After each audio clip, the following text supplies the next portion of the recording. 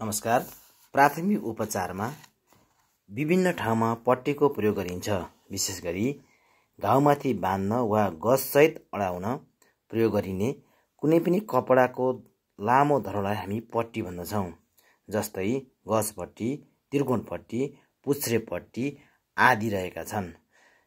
पट्टीको प्रयोग ड्रेसिङ सुरक्षित गर्न, रक्तस्राव नियन्त्रण गर्न, घाउमा आवश्यक चाप दिन, घाउलाई सुरक्षित गर्न, भाँचिएको आङलाई आड दिन तथा स्थिर गर्न, घाउका कारण उत्पन्न हुने पीडा कम गर्न, घाइते अङ्गलाई सुनिनबाट बचाउन पट्टीको प्रयोग गरिन्छ। विशेष गरी रोलर पट्टी, त्रिकोणपट्टीको बारेमा हामी यहाँ छलफल गर्छौँ। त्रिकोणपट्टी भन्ने बित्तिकै ट्रायङ्गुलर ब्यान्डेज भन्ने कुरा हामी बुझ्नु पर्दछ।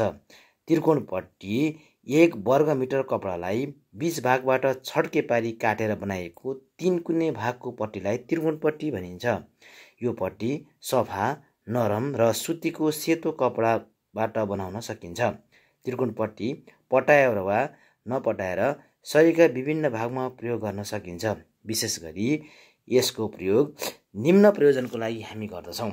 जस्तै पोलेको अवस्थामा घाउ छोप्न वा सुरक्षित गर्न, भाँचिएको आङलाई सुरक्षित गर्न वा अडाउन, अन्य पट्टीहरूलाई सुरक्षित साथ बाँध्न, काम्रो बाँध्न, गज प्याड अडाउन, घाउको सुरक्षा गर्नको निम्ति यस पट्टीको प्रयोग गरिन्छ।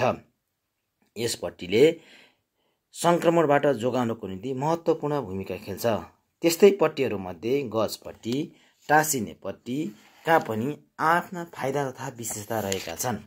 प्राथमिक उपचारमा यस्ता पट्टीहरू स्थानीय स्रोतसाधनको प्रयोग गरेर समेत बनाउन सकिन्छ।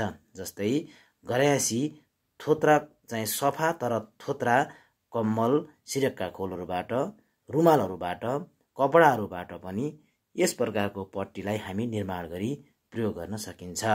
धन्यवाद यहाँहरू सबैजनालाई।